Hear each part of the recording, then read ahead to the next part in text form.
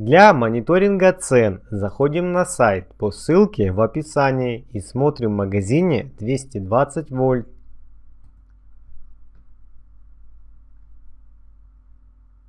Товар временно отсутствует в продаже. Последняя цена 2190 рублей. В магазине все инструменты. На сегодняшний день цена 2184 рубля.